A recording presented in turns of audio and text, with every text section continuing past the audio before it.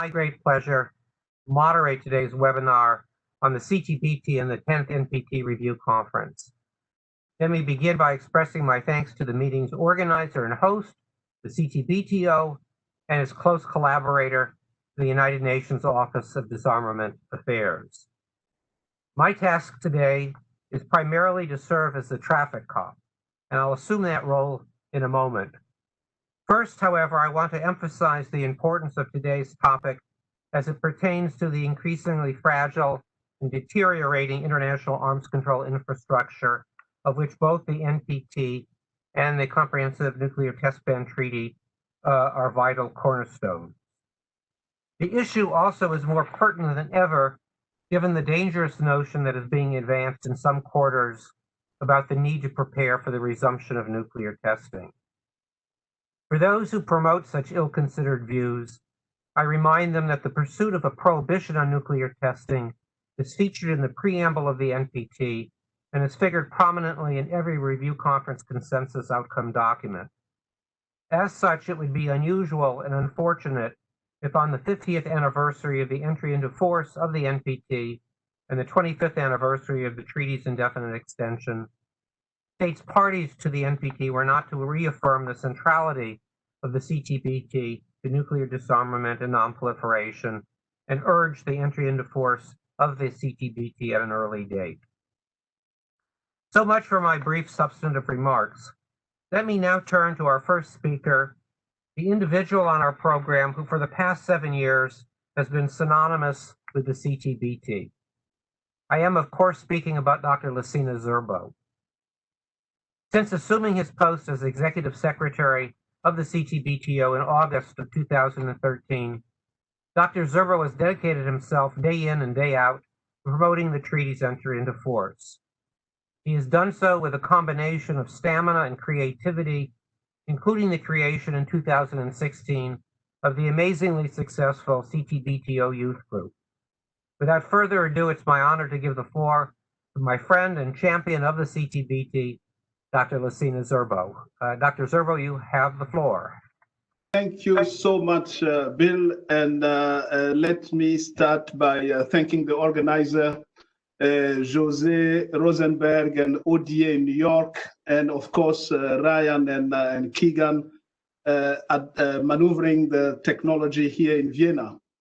And let me thank Izumi and our distinguished speakers, Gustavo Zlovinen, the NPT chair, and Ambassador Mitch Fifield from Australia, Bohn Rüdiger from Germany, and a well-known person to me, Marjolijn, who has taken a position at the EU. So let me thank all of you for accepting the invitation to join this CTBT webinar. For me, it's always, I'm always grateful and for the chance to share the stage with you all and talk about nuclear non-proliferation and disarmament. And Bill, to you, let me tell you that as a champion of the NPT, you've been the person who has probably managed to get me to love this job and love this treaty and love this organization and then love non-proliferation and disarmament. And I want to tell you how grateful I am for what you do with young people at your wonderful place there. And then I'm looking forward to seeing you soon. So, but let me say that there is still much uncertainty surrounding the upcoming NPT Review Conference. And our dear friend Gustavo is certainly well placed to talk more in detail about this.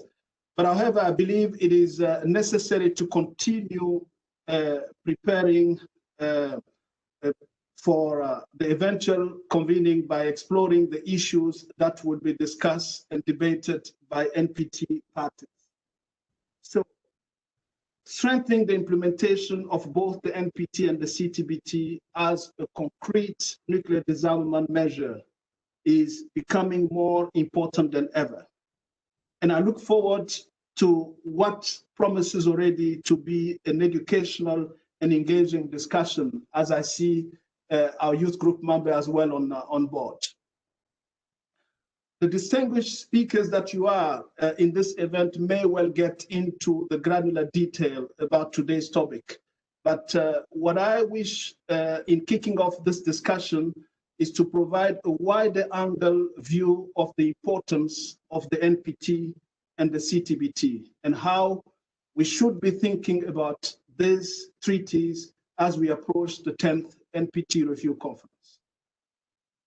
I will do this by framing my remark around three key themes: impact, resilience, and objectives. So on impact and resilience, we cannot ignore the realities of the day. We are commemorating the 50th anniversary of the NPT at a time when nuclear dangers seem to be on the rise. Many of the measures put in place to reduce this threat are eroding, and in some cases have already collapsed.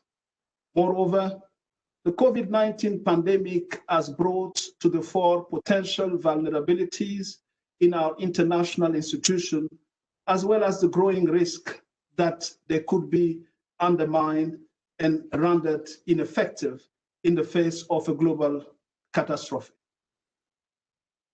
Against this troubling backdrop, I believe it's useful to make a clear recognition of the impact and importance of the NPT and the CTBT as critical multilateral instruments promoting and providing peace and security. Through its difficult and often contentious history, the NPT has succeeded in keeping an uncontrolled wave of nuclear weapon proliferation at bay. While NPT and its International Atomic Energy Agency safeguard system have faced many challenges through the years, state parties have managed and adapted to these challenges in a manner consistent with the objective and obligation contained within the treaty. Given the diffusion of nuclear technology and expertise, since the NPT came into force, it is truly an outstanding success that the number of nuclear possessors have not grown to the height that some had predicted decades ago. And Bill is well placed to talk more about this.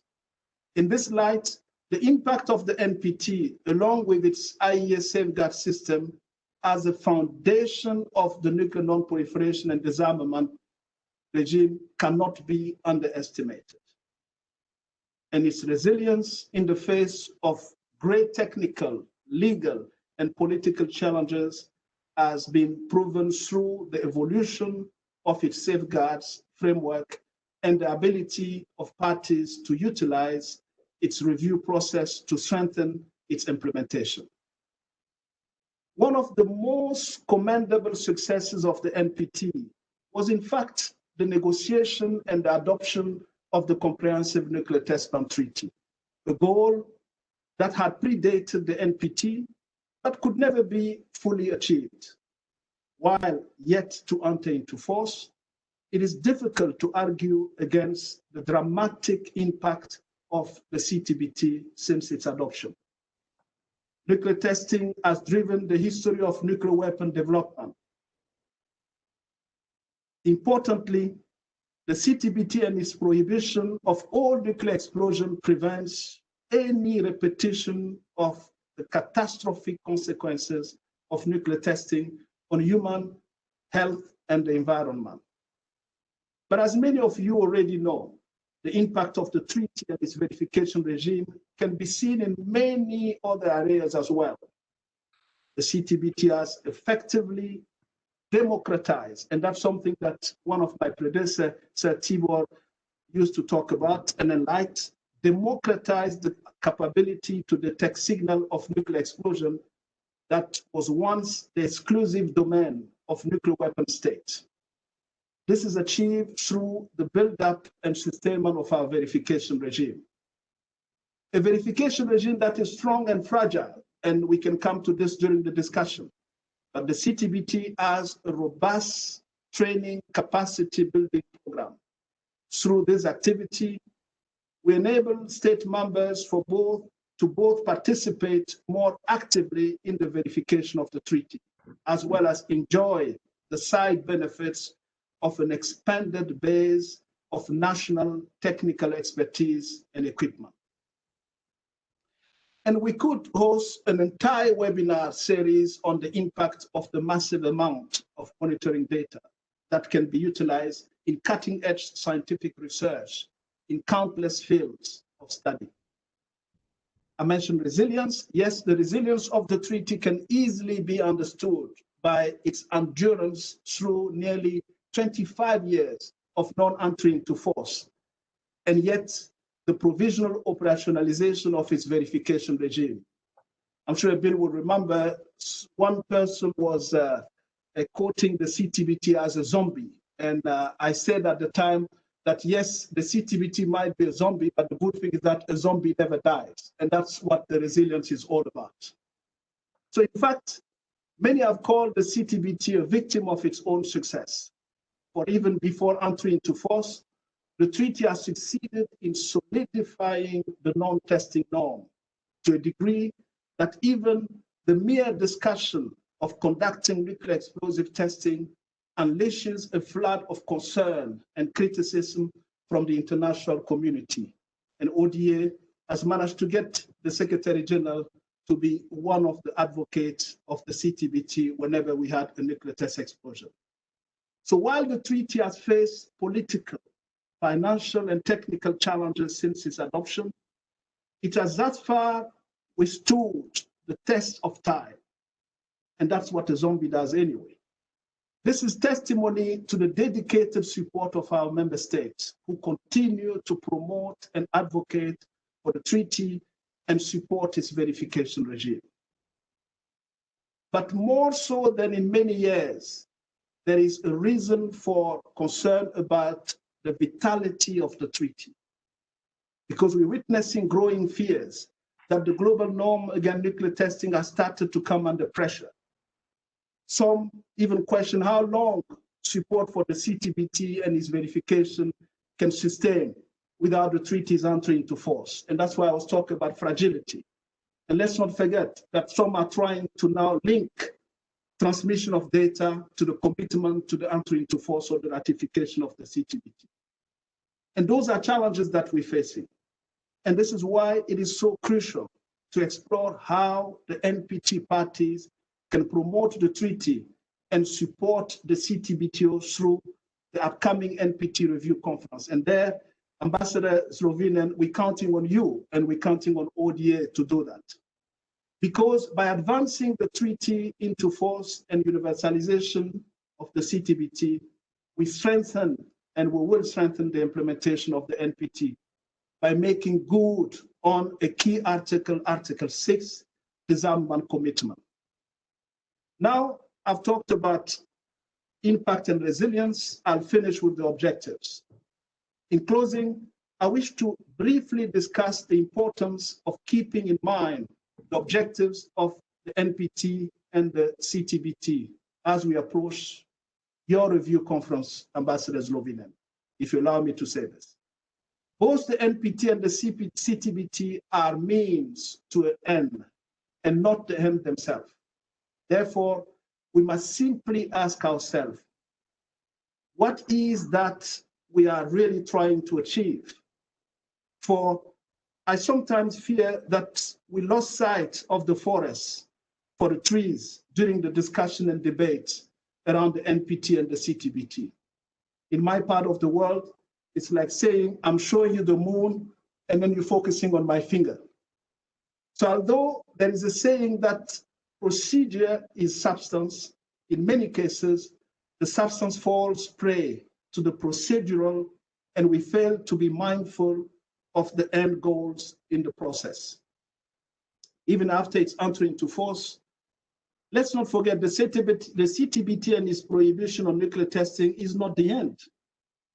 It is but a part of a complicated equation that will bring us to the solution to the threat of nuclear weapon, their total and verifiable elimination. Therefore, we must ask ourselves deep down how we can advance the objective of this instrument, and then find the power of the mind and the courage of heart to set aside differences and work together towards our shared goal of a world free of nuclear weapons. This is what I urge the NPT parties as they prepare for the 10th NPT Review Conference and consider ways to strengthen the implementation of both the NPT and the CTBT. Bill, thank you so much for giving me the floor at the beginning. Thanks to all. Thank you so much, Lassina, for your both very eloquent and also very important opening remarks. And I'm sure there'll be many questions if we have time for many questions in the Q&A. It's now my pleasure to introduce our second speaker, United Nations Undersecretary General and High Representative for Disarmament Affairs, Izumi Nakamitsu. High Representative Nakamitsu, who modestly prefers to be called by her first name, is the face and conscience of nuclear disarmament in the UN system. Although most large international organizations tend to moderate and dull the voices of their personnel, that has not been the case with High Representative Nakamitsu, who from day one on the job in May 2017 has spoken truth to power and consistently championed the urgent need for nuclear risk reduction, international peace and security, and nuclear disarmament and nonproliferation.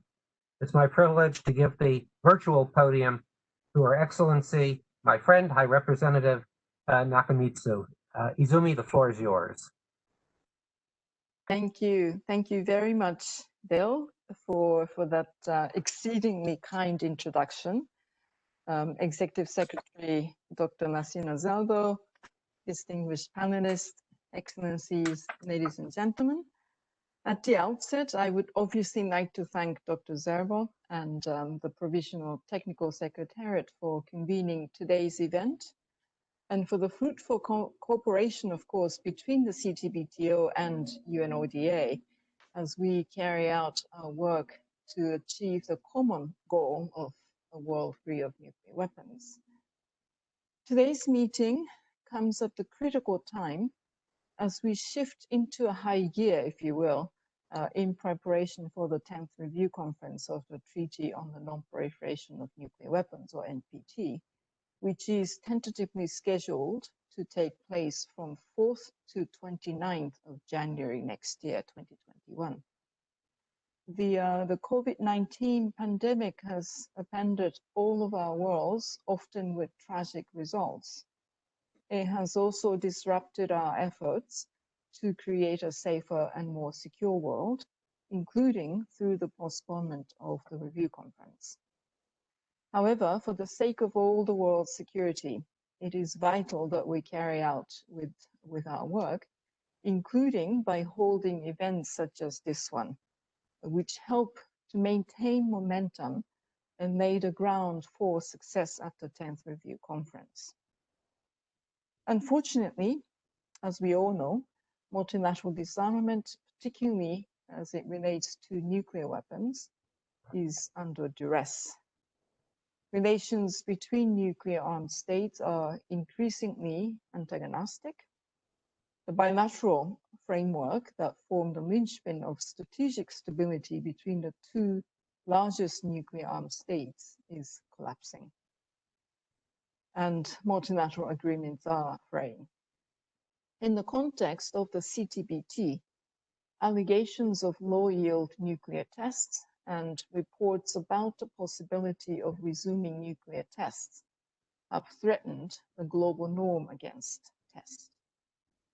This difficult environment also poses challenges for the NPT Review Conference, including by exacerbating existing divisions between states parties over the pace of nuclear disarmament and the implementation of commitments undertaken at previous review conferences. The question, therefore, and one I'm sure we'll hear thoughts on today, is how the CTBT can help secure success at the NPT Review Conference, and how, in turn, the Review Conference can help strengthen the norm against tests and expedite the CTBT's entry into force. The NPT and CTBT are inextricably interlinked, A ban on nuclear tests is considered the critical component of both nuclear disarmament and non-proliferation. One needs to look no further than the preamble of the NPT, where it recalls the determination expressed by the parties to the 1963 Partial Test Ban Treaty to achieve the discontinuance of all test explosions for nuclear weapons for all the time and continue negotiations to this end. And of course, later, negotiation on the CTBT was made an essential part of their agreement by states parties to extend the NPT indefinitely in 1995. In turn, the CTBT, in its preamble, rightly recognized that ending all nuclear weapons test explosions constitute a meaningful step in the process to achieve nuclear disarmament, and it is widely considered to be one of the most important effective measures under the Article 6 of the NPT. Ensuring that any outcome from the review conference expresses strong support for the CTBT and the norm against tests is one way to strengthen the mutually reinforcing link between these treaties. NPT states parties should recognize the value of the CTBT to the nuclear disarmament and non-proliferation regime. They should agree on the need to permanently ban all nuclear tests as an essential element of a world free of nuclear weapons. Both would demonstrate NPT states parties' unanimity in seeking to strengthen both Pillar 1 and 2 of the treaty.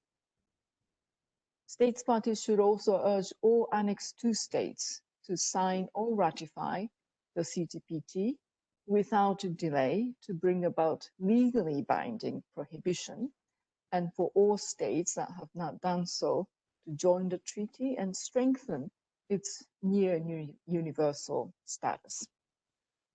Such an endorsement would hopefully prove a shot in the arm of the CTBT's entry into force. 75 years after the first nuclear test, 50 years after the entry into force of the NPT, and nearly a quarter of a century after the CTBT opened for signature, it is time that the world once again started taking actual steps in pursuit of a world free of nuclear weapons. One obvious step is the implementation by states parties of commitments made under the NPT, and especially the entry into force of the CTBT. Thank you very much, and looking forward to the exchanges. Thank you very much, Izumi, for your insightful remarks, and I hope we have time to return to questioning for you later this morning. We'll now move to our panel discussion. We're very fortunate to have three distinguished diplomats who each will speak for about 5 minutes. This is where I become the traffic cop. I'll introduce each of the speakers at this time and then ask them to proceed consecutively. First, we have Ambassador Rüdiger Bohn, Deputy Federal Government Commissioner for Disarmament and Arms Control, and also Special Commissioner for Cyber, Foreign and Security Policy in the German Federal Foreign Office. He'll be followed by Ambassador Marjolijn van Deelen, EU Special Envoy for Non-proliferation and Disarmament, who also has been tapped to chair Main Committee 3, dealing with the peaceful uses of nuclear energy at the 10th NPT Review Conference. And last but certainly not least, I will ask Ambassador Mitch, Fifield, Permanent Representative of Australia to the United Nations, to offer some remarks for our panel. So why don't we turn first to Ambassador Bohn for his remarks. Yeah, thank you, William. I hope everybody can hear and see me. And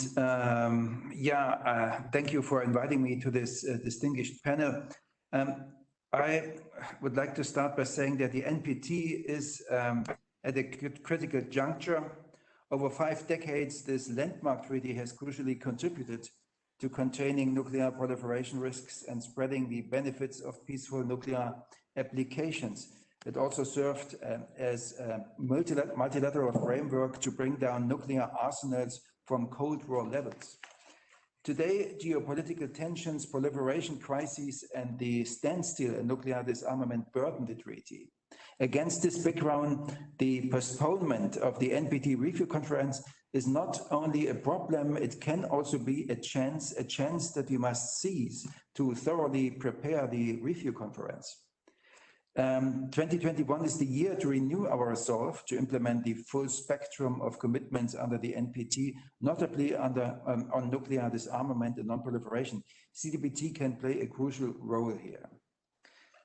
For all its obvious merits as the fundamental pillar of the nuclear non-proliferation and disarmament regime, one of the inherent tensions within the carefully calibrated NPT bargain is its two-class system, the distinction between nuclear weapon states and non-nuclear weapon states. And I think the beauty of the CTBT, on the other hand, is that it knows no such distinction. Its fundamental obligation is exactly the same for all states, not to conduct nuclear explosions in any form or shape. The democratic nature of the CTBT goes even further, as Executive Secretary Zerbo has mentioned. All its states signatories have exactly the same access to international monitoring system data and international data center products. Each and everyone is thus in a position to form its own opinion on whether or not a suspicious event could constitute a treaty violation. It is encouraging that over 130 states, including many developing countries, make use of this possibility and have their own national data center. As Foreign Minister Maas emphasized in the joint Friends of the CTBT video message published a few days ago, all countries except North Korea respect the CTBT's no-test norm. This has been the case for some 22 years now, ever since the tests by India and Pakistan in 1998. All the currently 184 state signatories have refrained from conducting nuclear weapon tests explosion. This is a substantial contribution by the CTBT to the goals of the NPT, even before the letter's entry into force.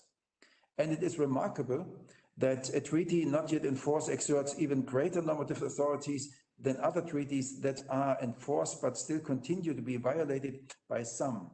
The Chemical Weapons Convention is a point in case here. Yeah, dear colleagues, of course, my government will continue to lobby for the treaty and its globe-spanning verification regime. Both are excellent examples of multilateralism in practice and an effective response to the nuclear threat. We will not stop to call on all states that haven't signed and ratified the CTBT to do so without delay. The CTBT, by eliminating all nuclear testing, will bring us closer to our goal of a world without nuclear weapons. Any progress on the universalization of the treaty would contribute to a successful NPT Review Conference and strengthen the NPT. In concluding, I'd like to draw your attention to the following to raise awareness for the CTBT and the benefits of its verification regime. The Article 14 co-chairs, currently Germany and Algeria, plan to host a high-level panel on strengthening verification of the CTBT later this year in Vienna, in cooperation with the Vienna Center for Disarmament and Non-Proliferation. Thank you. Thank you so much, Ambassador Bohn. I also appreciate the brevity of your remarks. We'll now turn to Ambassador Van Deelen. Let me start by congratulating you on your new appointment, Ambassador, and we look forward to your remarks this morning, at least in California. Please. Well, thank you very much, Bill, and thanks very much for inviting me. Just wanted to check if you can hear me all right, because I had some problems earlier. Yeah, good. So I'm indeed relatively new on the job as a special envoy for the EU on non-proliferation and disarmament. But the support of the EU for the CTBT goes back a long, long way. as does the support of the EU for the NPT. So it is really a treat for me to be in this event, in this webinar, where both of the treaties are being discussed. So Dr. Zerbo, Under Secretary General Nakamitsu, Excellencies, distinguished guests. When preparing for this webinar, I suppose that the speakers before me would speak about how the NPT and the CTBT are intricately linked. And they have, but I want to say it too, because these are really important points that we should always keep in mind. The linkage is clearly in the documents. The preamble to the NPT contains the explicit determination to discontinue all nuclear weapons test explosions.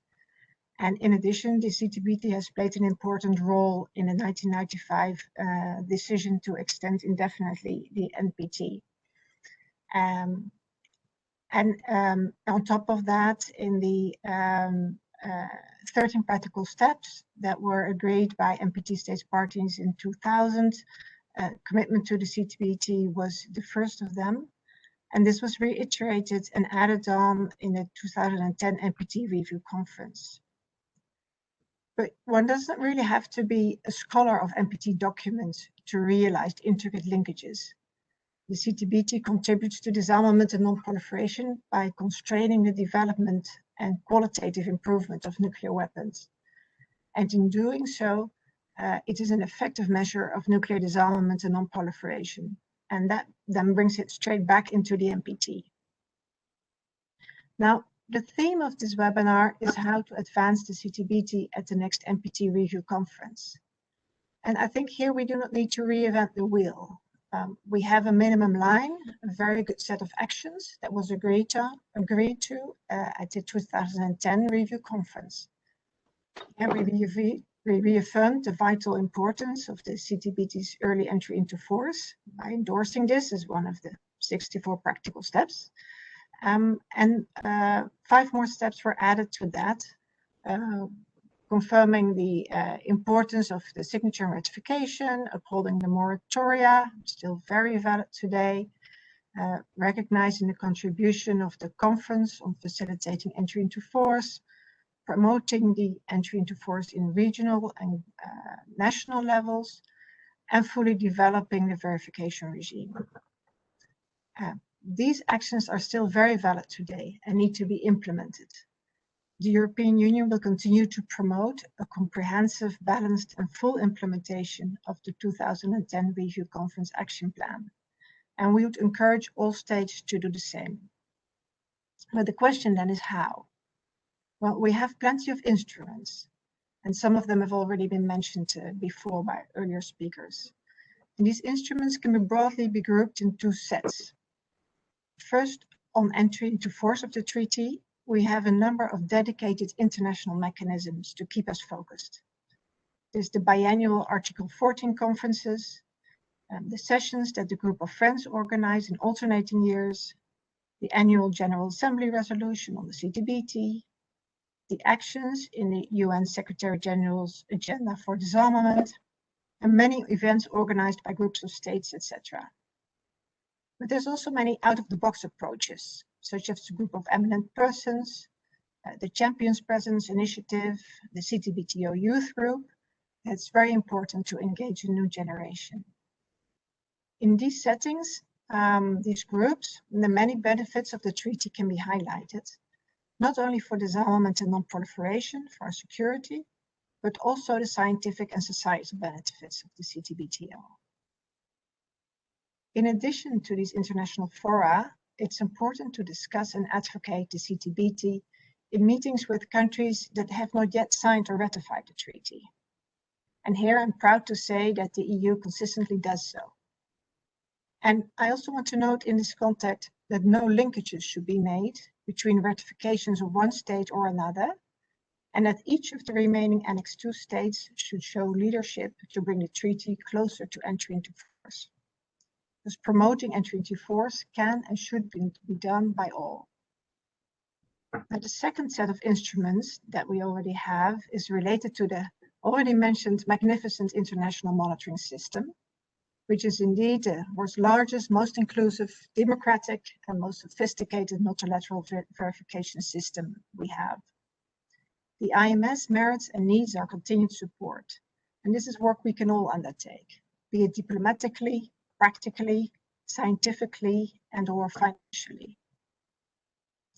The benefits of the treaty have not been limited to monitoring for potential nuclear test explosions, given the wide variety of scientific and civil benefits, including contributions to disaster risk reduction through earthquake monitoring and subsequent tsunami early warning, and to sustainable development through data sharing for climate science.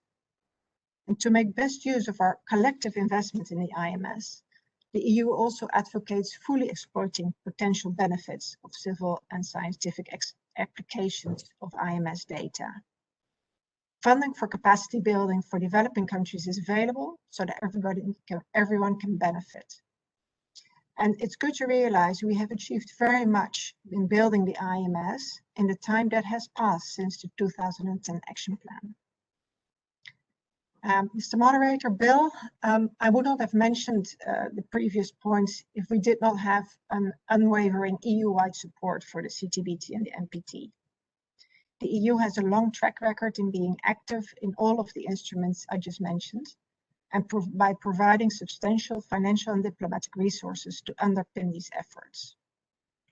You can all rest assured that the EU will continue to do so, most notably in the upcoming NPT Review Conference. And that is because the EU believes in the NPT, it believes in the CTBT, and it believes in effective multilateralism for nuclear disarmament. Every single country can lead by example and help universalize the CTBT and help bringing it into force, thereby fulfilling important NPT commitments. So thank you very much, and I look forward to the discussion. Thank you so much, Marjolijn, for your important remarks, and also express my personal gratitude to the role that the EU has played, both in terms of its support for the CTBT and the NPT. We'll now turn to our last speaker on the panel before we move to our president-designate. It's my pleasure to ask Ambassador Mitch Fifield to please take the floor at this time. Ambassador?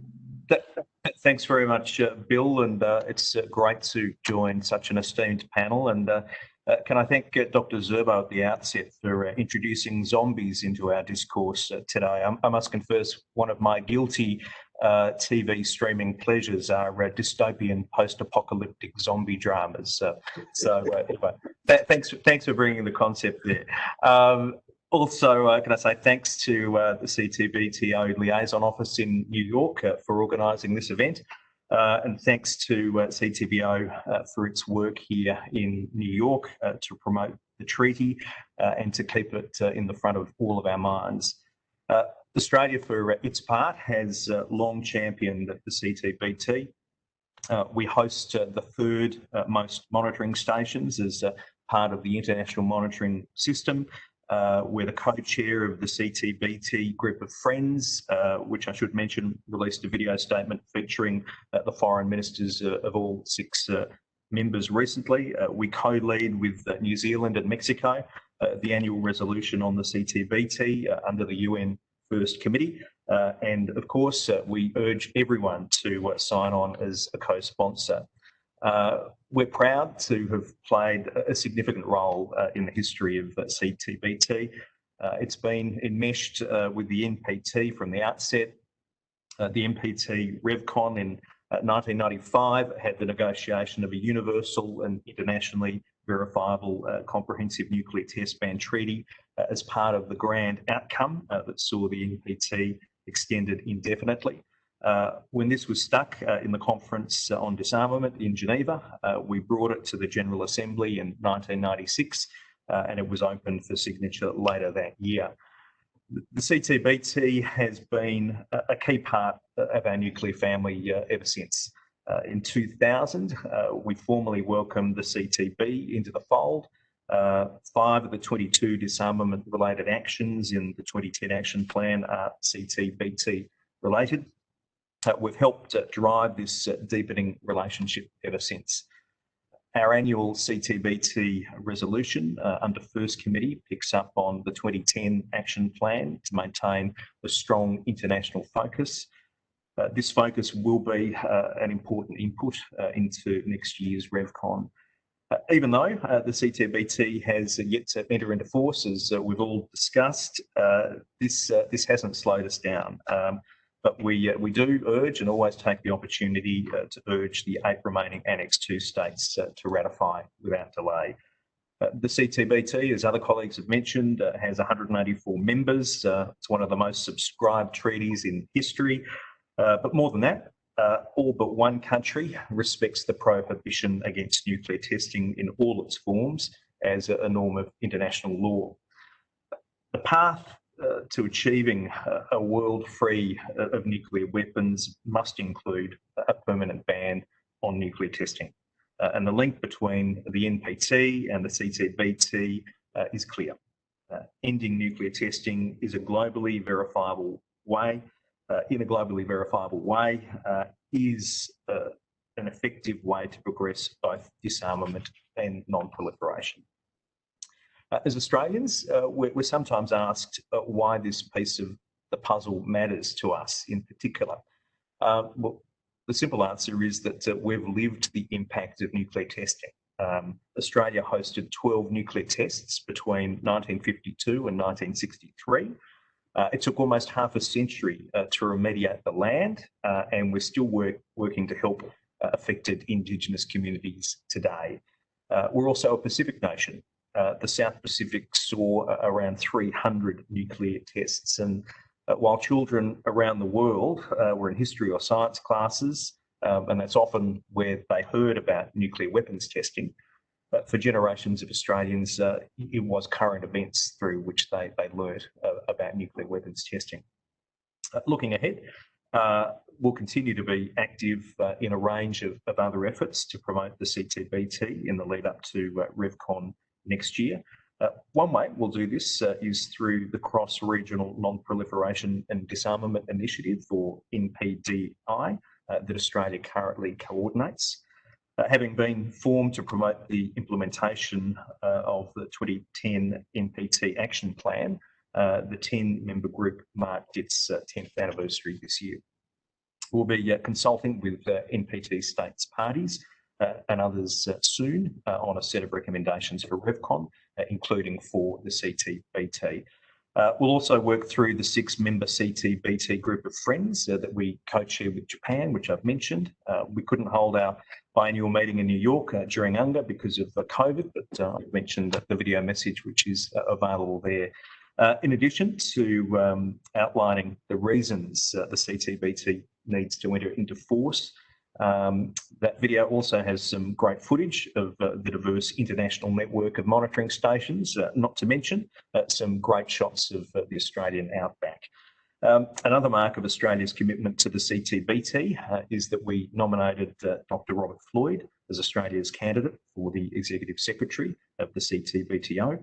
Dr. Floyd has been active over the course of several months consulting with CTBT state signatories on their priorities and views. It's also, I think, worth just touching on further appeal of the CTBT, specifically the international monitoring system. In addition to its role in detecting nuclear explosions, it also contributes to tsunami early warning systems. Science benefits from the detection of everything from meteors to whale songs. Just in closing, colleagues, I should note we're also celebrating the 20th anniversary of the Women, Peace and Security Agenda. I'd like to underline the need for continued efforts across international security forums and bodies to promote and value diversity, including in the context of the NPT and the CTBT. We welcome the efforts of the CTBTO in taking active steps to achieve enhanced diversity within the organisation and encourage greater diversity among NPT delegations at the next RevCon. Finally, colleagues, while the CTBT has found its home in Pillar 1 of the NPT, we should use the next RevCon to think about embedding the CTBT across all 3 pillars. In addition to its clear disarmament value, the CTBT also assists non-proliferation efforts, and its technical cooperation can have spin-off benefits for the peaceful uses of nuclear energy. Both treaties are deeply linked, and we will continue to deepen this link in the years to come. Thanks very much. Thank you so much, Ambassador, and I'm particularly pleased that you mentioned the issue of diversity, which I think has not received the attention in the past that it deserves, and I'm pleased that you highlighted it in your remarks this morning. We'll now close the formal portion of our program today with the remarks by Ambassador Gustavo Slavinin. I believe, Gustavo, this is the fourth or fifth time in the past few months that I've had the opportunity to introduce you to different fora. I have a great deal that I could say about our speaker, but in the interest of time, I'll only note that when he's not engaged in preparations for his presidency at the forthcoming NPT Review Conference, he has a good day job as Deputy Foreign Minister at the Ministry of Foreign Affairs of Argentina. Ambassador Slavinin is no stranger to New York and the UN system, having served for 8 years as the permanent representative of the Director General of the IAEA to the United Nations in New York. Ambassador Slavinin, I very much look forward to your remarks. The floor is yours. I think you're muted there. Okay. Yep, exactly. Thank you, Bill. Thank you for your kind words. High Representative Nakamitsu, Executive Secretary Zerbo, distinguished panelists and moderator Bill, Excellencies, ladies, gentlemen, and friends, colleagues and friends.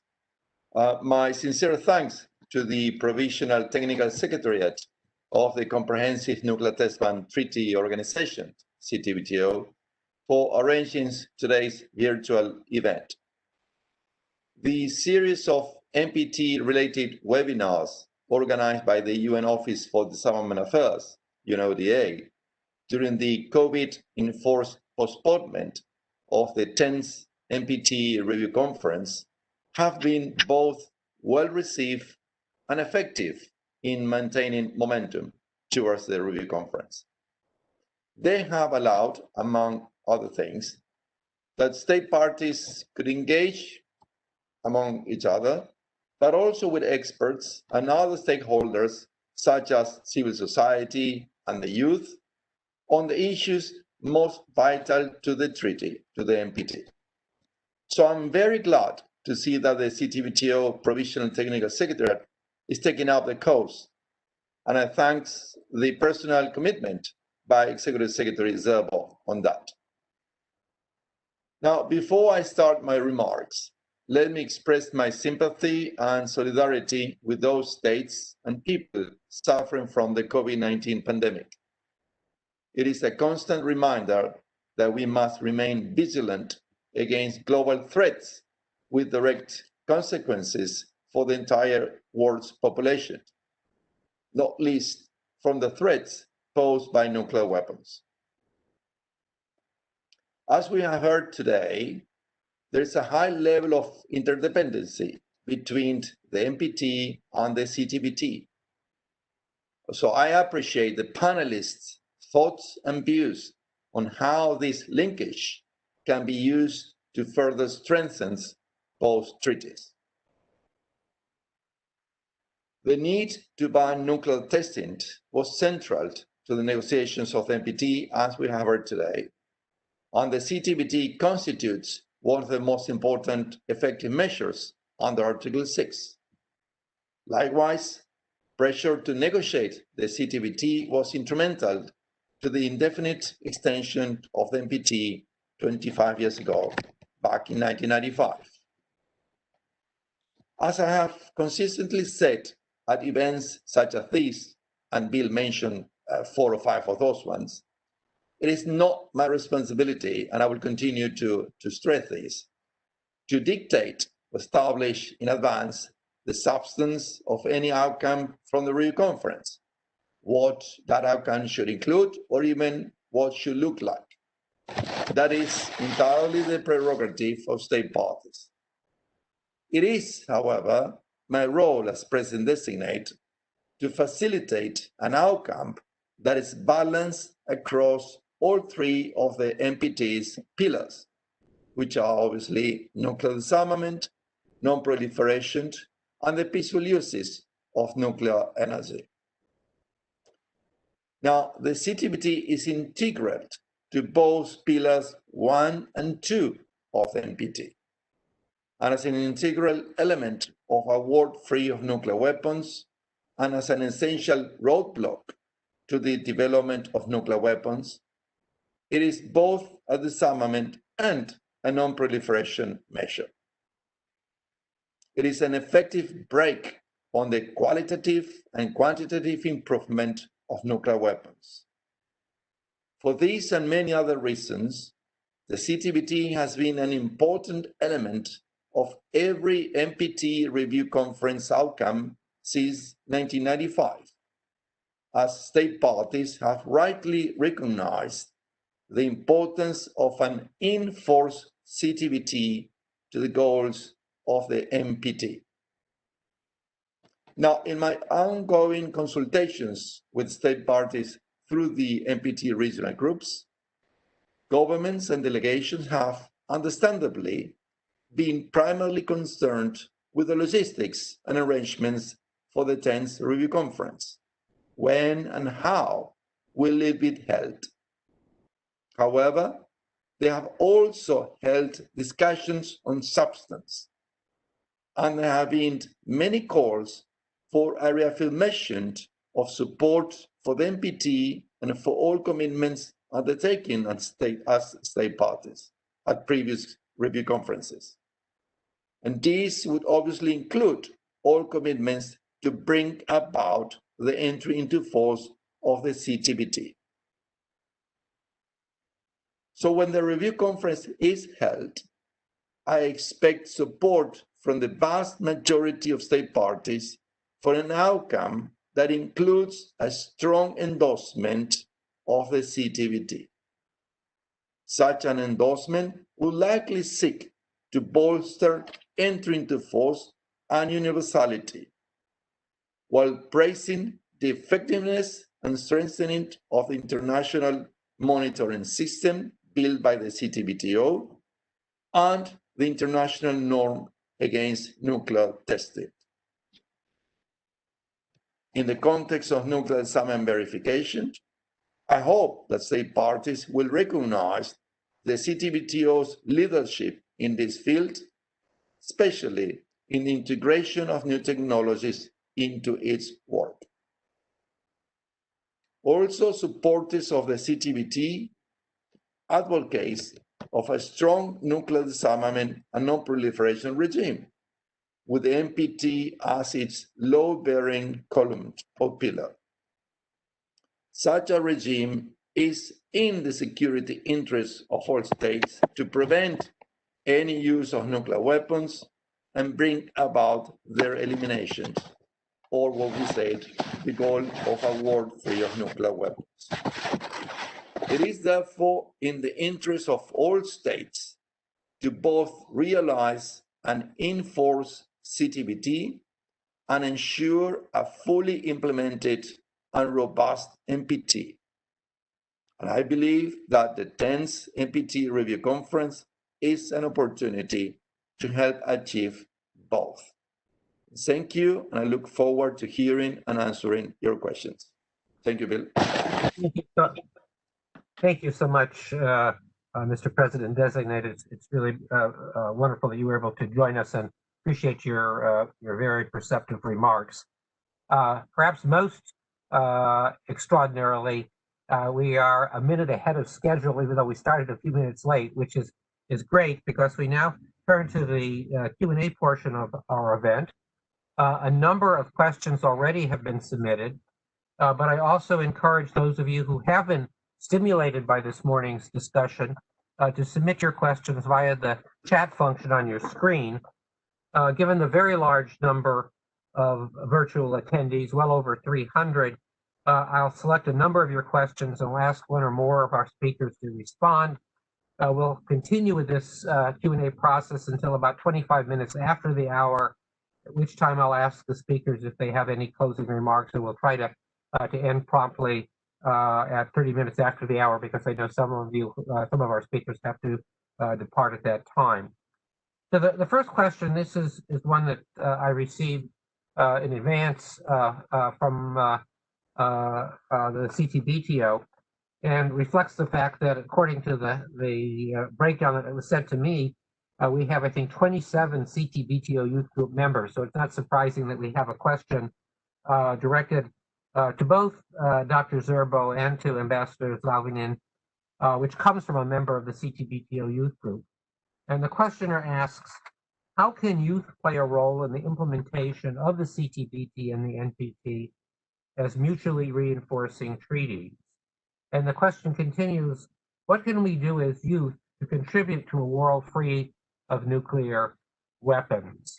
So I think maybe I'll ask Dr. Zerbo, Lassina, you are known for your engagement with youth, and I'll ask you to respond, and then I'll also ask Ambassador Zalvinin, who, when I last saw him, actually met with my youth group, if you will, my simulation of the NPT Review Conference. So I know you're both very much committed to that, to the issue of the next generation. Perhaps you can say a little bit in response to the question. Lassina, do you want to take it first? And then I'll ask Gustavo. Okay, thank you, Bill. Look, I think the importance of youth, I would say I got that from you, Bill, from your institute, since I visited your next generation of non-proliferation disarmament experts. And you're doing a great job already in keeping that linkage between the CTBT and the NPT. And I think Ambassador Zalvinin, in his remark, has already set the tone for what he intends to do in the upcoming NPT Review Conference. How can youth help? I think they've been doing more than what I expected when I initiated the CTBTO youth group. I mean, by writing op-eds, I think you have Sarah Bidgood in your shop, who has been at the beginning of the CTBTO youth group, who is writing once a while for, once every, I would say every 6 months or every year, she, come up with an article to talk about the importance of the CTBT. I want to take this opportunity to thank her. Sahil Shah and many of the others are doing a lot to keep the CTBT in the front line. So what is good that youth are doing, they don't have the constraint that an executive secretary has to navigate in, I would say, stormy waters to try and see how to please left and right. So they speak and say things as they are, and that's something that I personally appreciate. So sometimes I can refer to what they say to get me going in those stormy water, and then, go over some of the hurdles that we see in dealing with policymakers at our organization. So what can we do is to get them and to give them the floor more and more, and to let them talk and let them be visible. And they are indeed visible in social media.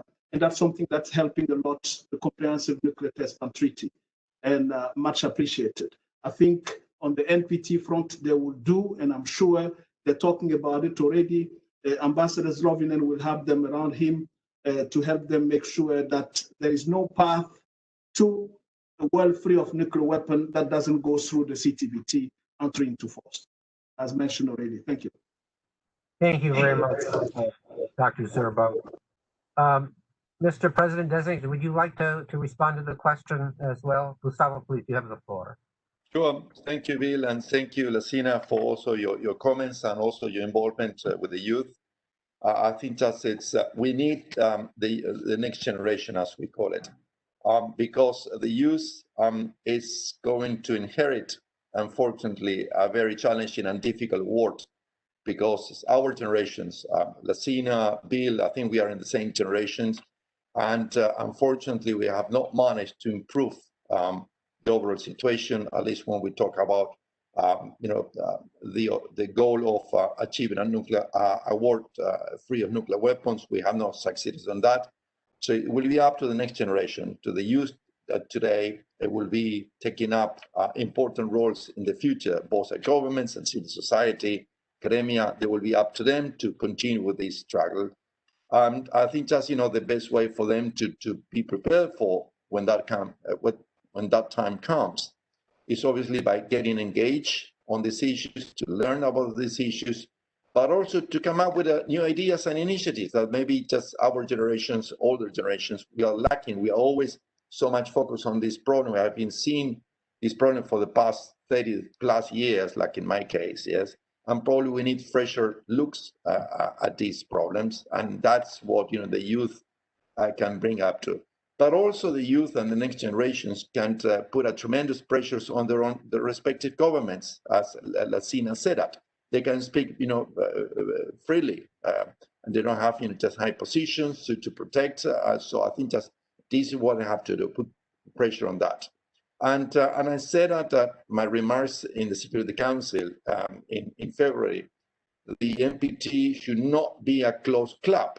So therefore, we need in our conversations amongst the parties to bring also as I said, the views from just a more gender balanced perspective from the nuclear industry, from the civil society, from academia, but also from the youth.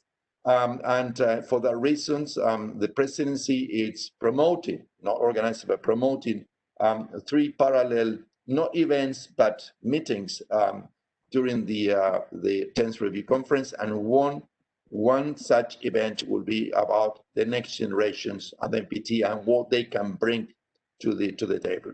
Thank you. Thank you so much, Gustavo. I have another question. This one is perhaps a somewhat more politically charged question.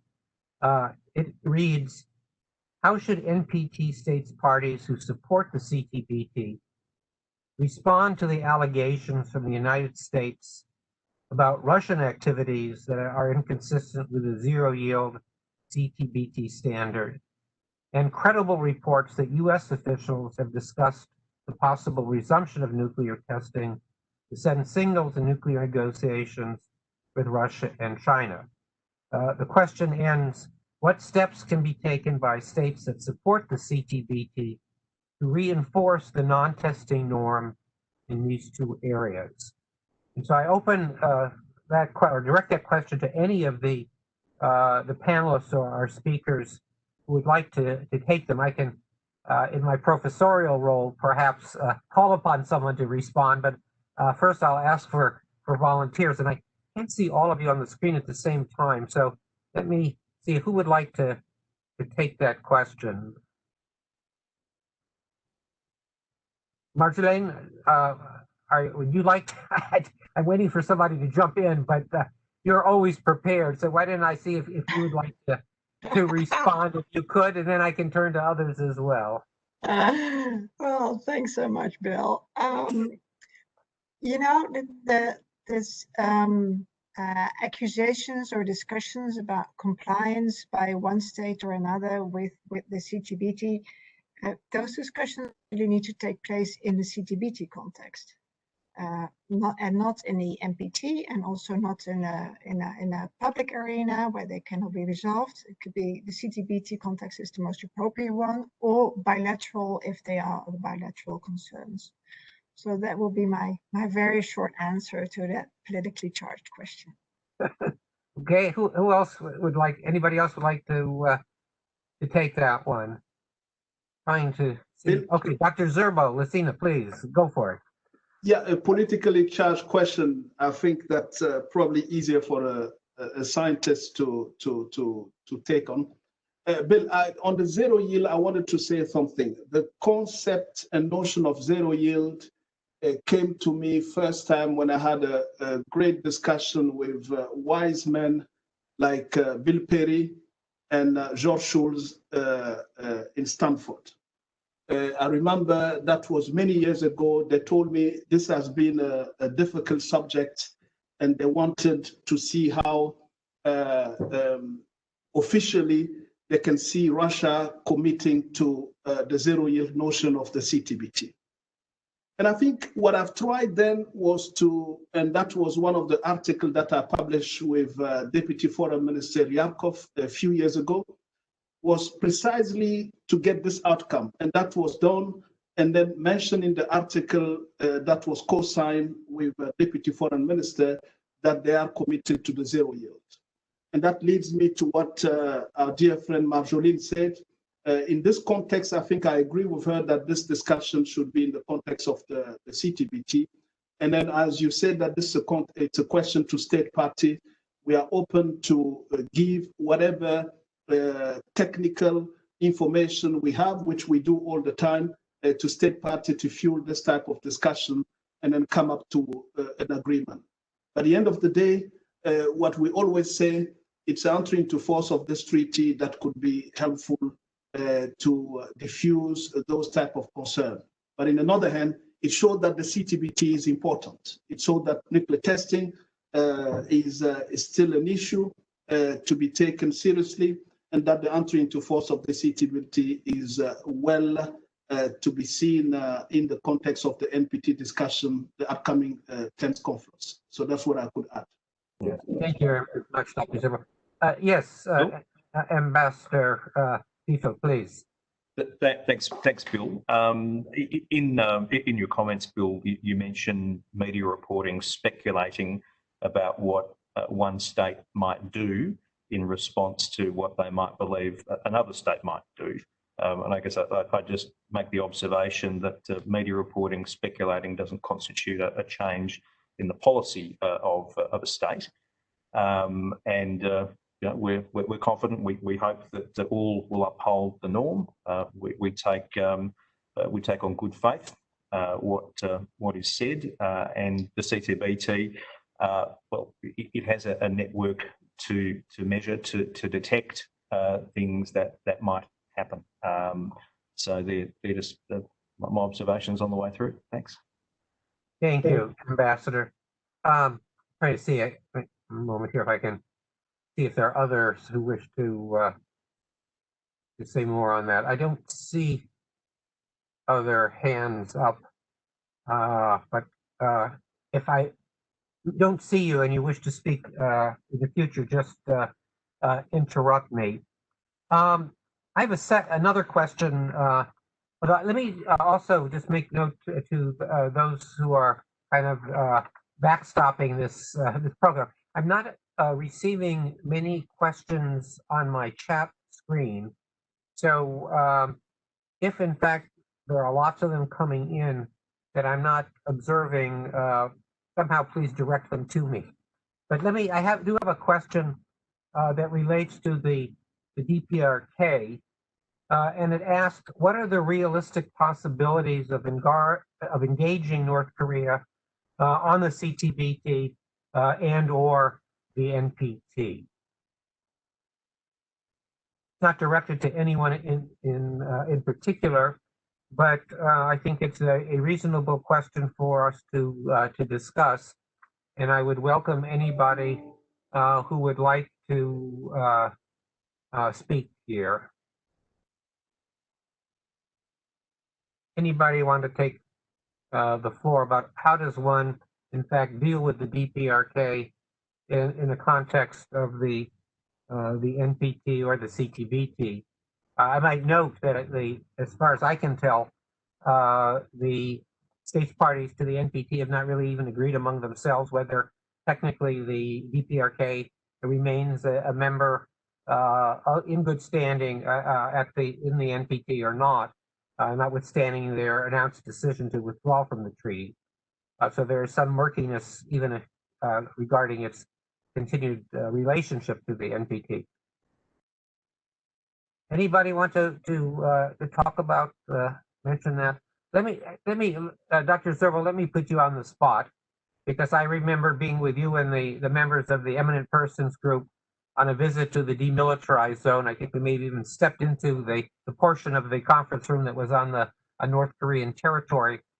And I'll maybe expand the question somewhat, because it's not simply a question of the DPRK, but there is this broader issue of what can be done at this difficult moment to move forward the ratification process among the Annex II countries. I know a number of years ago, I remember you even said you had a dream You had a dream regarding the possibility of Israel, joining as a member. Have you had any other recent dreams?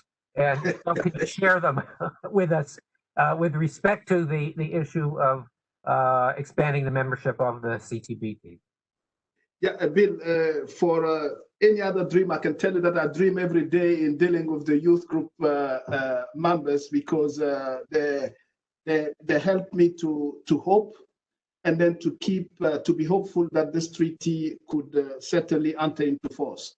But what can we do to bring countries like the Annex II countries? But let me start with the DPRK issue. I saw in the recent discussion between the US and the DPRK, I saw more an opportunity for us at the CTBT, because it was right after the last DPRK test in 2017, and the US managed to get the DPRK to come on the table of negotiation.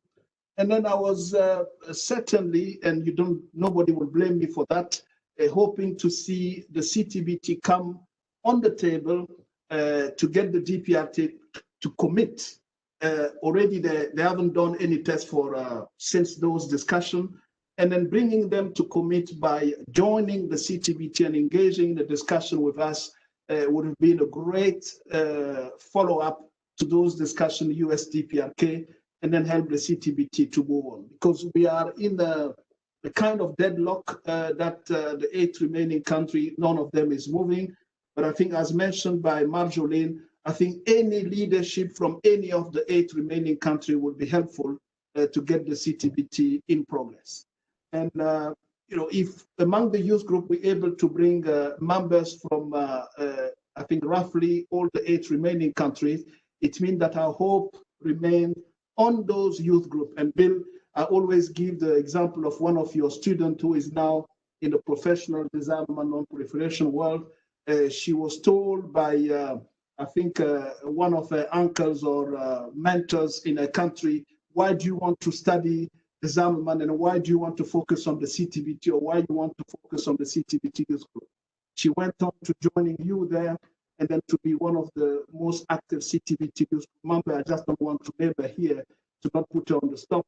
And then on the spot, those are the people who are giving me hope that things can change.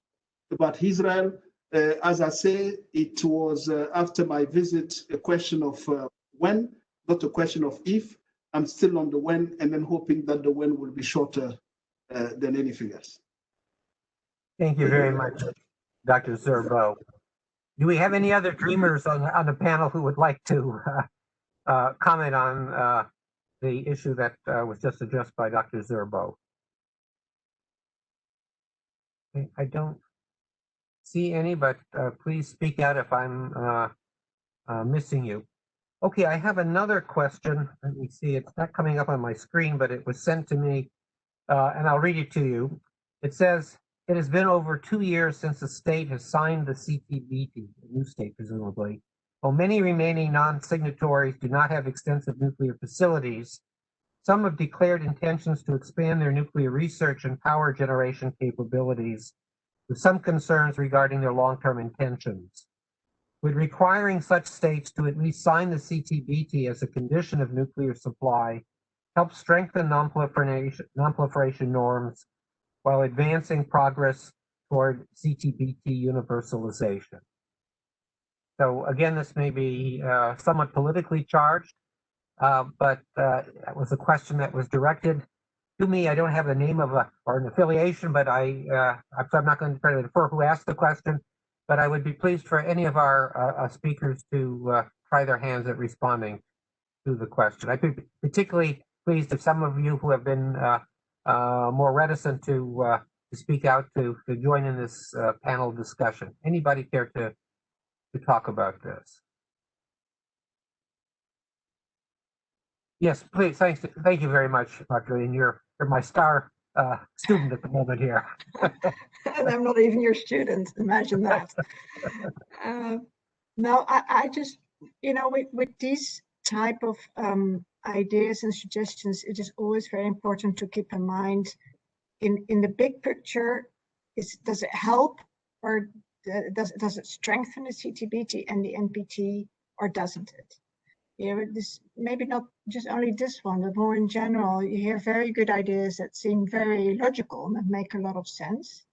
But in a bigger picture, you wonder whether this would really then help both entry into force of the CTBT and would in the long run help non-proliferation. So I want to put that maybe as a question back to the anonymous asker of the question. Consider the long term and the context and the strengthening of the architecture as well. Thank you very much. Anybody else want to weigh in on the last question here? I don't see any. I have a question that has a different regional orientation, and I suspect that Dr. Zerbo is best positioned to respond, but let me read the question, and then anybody who wishes to reply may do so. The questioner asks, what can be done to build regional capacity in education, science, and technology in Eastern Africa and the Horn of Africa? And more specifically, is it possible to establish a partnership between the CTBTO and the Intergovernmental Authority on Development? So if you understood that question, Lassina, would you like to reply, or also please for anyone else who wishes to respond to this question of building regional capacity in education, science, and technology in Africa? Bill, thank you. I think we're doing just that with our series of conferences, and then you've been an active participant to both of them, the Science Diplomacy and then the Science and Technology Conference. The upcoming one, the Science Technology, is in 2021 in June. What we do is to try and invite a variety and a diversity of young, talented experts from the developing world, not only Africa, from Latin America and Asia and Southeast Asia, to get them more and more involved, to exchange with experts in the field, and then follow up with them when they go back to their country by developing capacity and establishing national data center. It was mentioned by you in the beginning, and then getting them to work on those national data center to get access to data and then understanding what the CTBT is all about. It's all about democratizing the data and allowing every single country to understand what a nuclear test explosion is and then how it can go undetected by their own work. And this is what we're trying. And Bill, we're doing so as well by enrolling interns from all parts of the world to get them to join us here and then to learn more about what we do, because that's an issue. You see, I'm glad this question come from East Africa. I mean, it could come from any part of Africa or Latin American as well. We don't have that much diversity in the field of non-proliferation and disarmament. Because when you hear nuclear, every people get scared. And then people say, what are you doing in this field? And that's the first question they will ask you. I think we're doing our best to involve them more and more.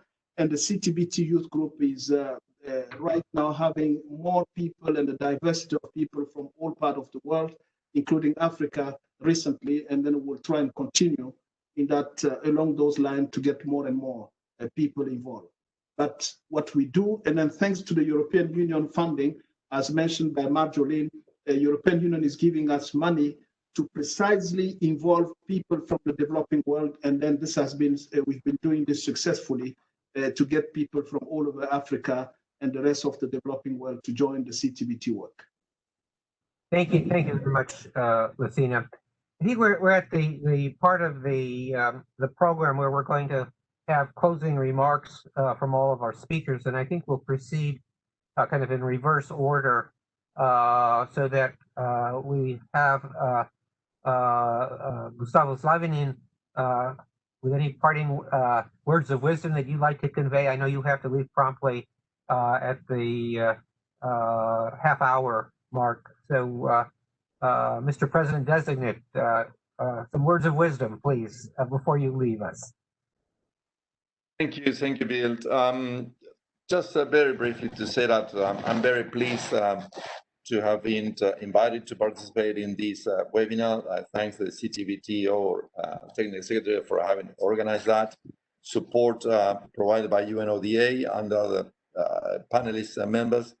And again, to reinforce that both treaties, the NPT and the CTBT, are mutually reinforcing. Both they have the same goal of obviously a world free of nuclear weapons.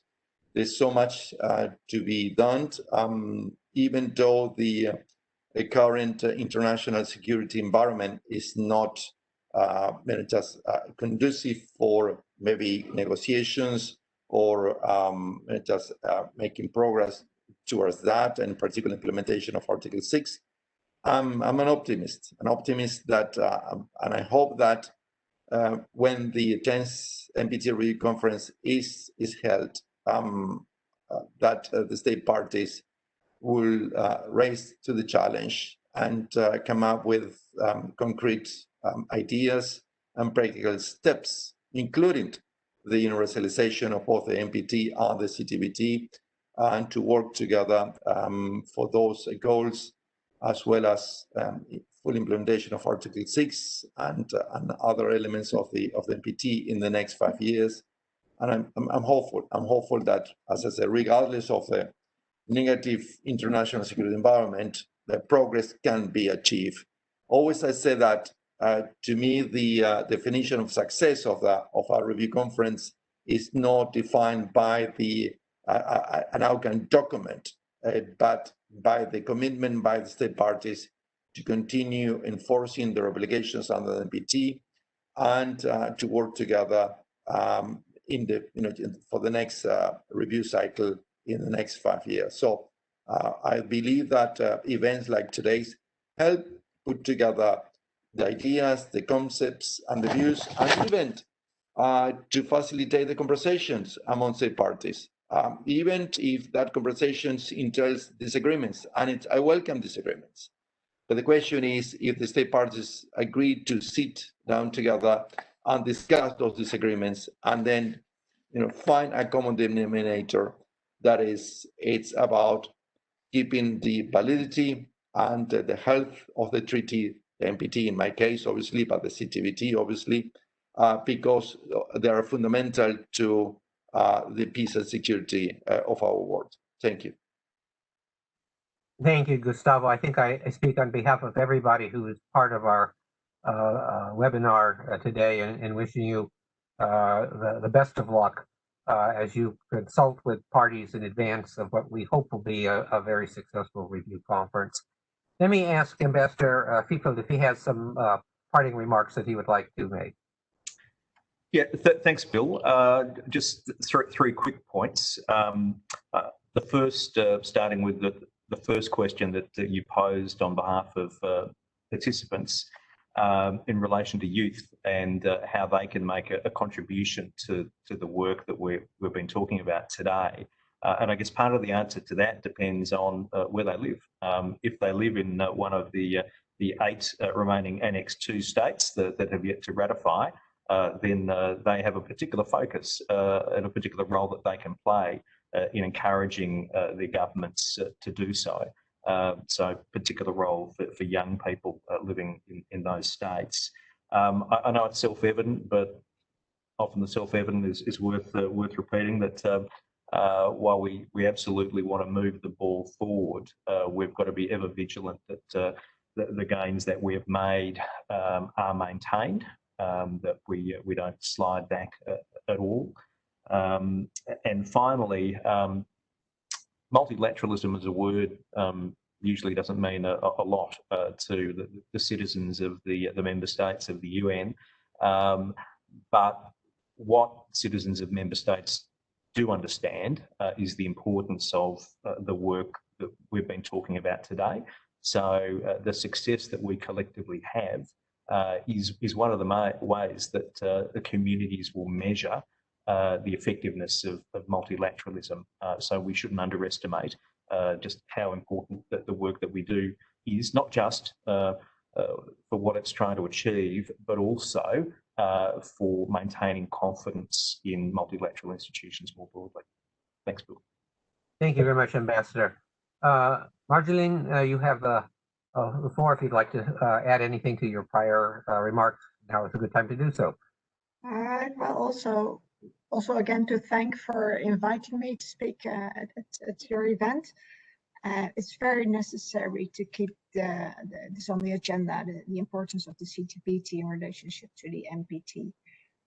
We need to stay focused, and we need to use all the instruments that we already have, implement our existing commitments, but we should also keep looking for new ideas and new entryways into these issues. And there also I'd like to especially appeal to youth to come up with fresh ideas, to do advocacy, to educate, and to keep asking questions, even the hard ones. Thanks so much, Ambassador. Really appreciated your response. Rüdiger, you have an opportunity now if you would like to say a few words in closing. Yeah, I do not have exactly final words, but I'd like to briefly touch on two questions that were raised earlier on. There was this question on zero yield tests. I just want to say here that the zero yield tests or extremely low yield tests are, of course, a challenge for verification, as verification seems to be the big challenge these days for any kind of nuclear arms control issues. And I think the IMS, the International Monitoring System of the CTBT, is in place. It works very well. But once the CTBT enters into force, I think we would have the chance to even improve the IMS further and make it so sensitive that also extremely low yield tests could be easily detected. And my second point is on DPRK and CTBT. I mean, we as Germany, we stick to the policy that we call CBID. So we expect from North Korea that we expect comprehensive, verifiable, irreversible disarmament. And of course, we are very far away from any kind of a rules-based solution to the North Korean nuclear problem. But once we move towards a solution with North Korea, then North Korea's joining the CTBT would be a first important and also logical step, a step that could create a lot or generate a lot of confidence. And I hope this day might come sometime. Thank you. Thank you very much, Rüdiger. Hi, Representative Nakamitsu. Izumi, would you like to say a few words? Well, thank you. I've listened carefully. I just wanted to echo some of those remarks. But the fundamental thing that I would like to again emphasize is that we need to take advantage of this period to try and find measures. Marjolijn actually mentioned innovative ways, new ideas that included, we need to find common grounds where we could make advances, both in terms of course, trying to secure a successful outcome at the 10th Review Conference, but also to really, secure the early entry into force of a CTBT. Lassina has been making incredible efforts in terms of, pushing those states, in particular Annex II states. But I think we need to really renew our energy and ideas. This is really overdue. And this is fundamentally a very important part of the pursuit of a nuclear weapon-free world. In that, I think the young people is, forms actually a really critical part. And also the fact that these youth are participating in today's virtual event is one of those sources of encouragement for me and for all of us, I think. But thank you very much. Let's keep trying. We will not give up. And I'm sure we will find good ways of pushing the agenda forward. Thank you. Thank you so much, Izumi. Dr. Zerbo, you began our meeting with some superb remarks you have the opportunity now to conclude our meeting with some additional ones if you would like. I'll give you the floor, then I'll wrap up here. Thank you, Bill. I think I want to just thank our distinguished speakers. I think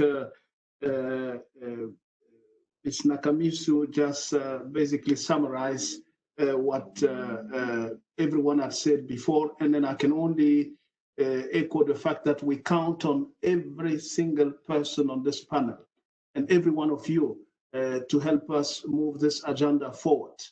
And if I refer back to what Ambassador Bohn said about the DPRK, I think that's precisely what we've been advocating as subsequently to the discussion that started there. But on the zero yield, he's right in saying that, yes, the entry into force of the CTBT is key so that we can move from the IMS, the monitoring, to the verification, which is the on-site inspection component. But let's not forget that the CTBT goes along with the national technical means of countries. And it's a combination of those two that help to do better, and then to see better, and then to give better. And that's something that we should certainly continue working. And that's why we have to be all inclusive, because the stations, unfortunately, are not only in a handful of countries. Stations as are remote as you can find them in the developing world, from Africa to Latin America. And then we're fighting right now to get the 2 stations in Central African Republic built, because each single station of the international monitoring system is essential. And that leads me to the last point to say that when I refer to the zombie, that the zombie never dies. It goes along with the person that carries the zombie as well. So I would hand up there, Bill. Thank you. Thank you so much, Dr. Zerbo. On behalf of the webinar organizations, or organizers rather, I want to thank all of our speakers for some exceptionally informative and stimulating comments. I also wish to note that a video of the conference will be made available soon on the CTBTO YouTube channel. I was also asked to flag the fact that the latest issue of the CTBTO Spectrum focuses, in fact, on the topic of today's discussion. There's a section on the CTBT and NPT, so you're encouraged to take a look at that. And so finally, I'll ask you to join me in thanking all of our speakers virtually with some applause that you can at least hear in your own rooms. And I hope to see all of you in person at the 10th NPT Review Conference in the not too distant future. This meeting is adjourned.